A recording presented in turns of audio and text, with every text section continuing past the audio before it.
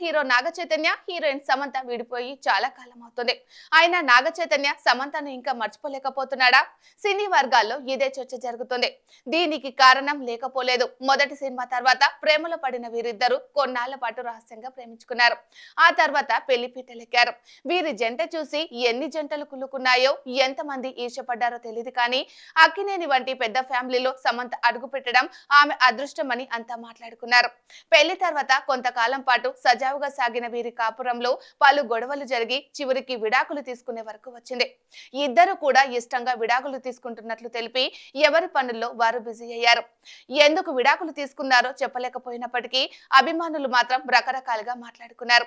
Recent గా చైతు నటి శోభితా ధూళిపాలతో నిశ్చితార్థం జరుపుకున్నారు. నాగార్జున ఇంటి వద్ద ఇరు కుటుంబ సభ్యుల సమక్షంలో చాలా సింపుల్ గా జరిగింది. సమంతతో విడాకుల అనంతరం నటి శోభితా ధూళిపాల ప్రేమలో పడ్డాడు. వీళ్ళిద్దరూ తరచూ జంటగా కనిపించడంతో ఇద్దరు పీకల్లోతు ప్రేమలో ఉన్నారనే వార్తలు చక్కర్లు కొట్టినప్పటికీ చైతు కానీ శోభిత కానీ ఎప్పుడు ఈ విషయంపై నోరు విప్పలేదు.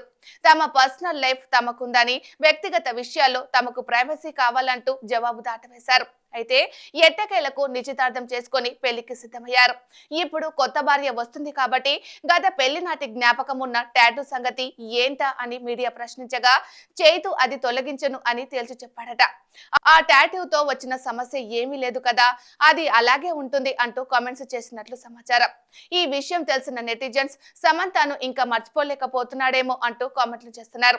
రెండో పెళ్లి తర్వాత కూడా మొదటి పెళ్లి తాలూకా గుర్తును తనతో పాటే ఉంచుకుంటున్నాడు అంటే ఇండైరెక్ట్ గా అది సమంత జ్ఞాపకమే కదా.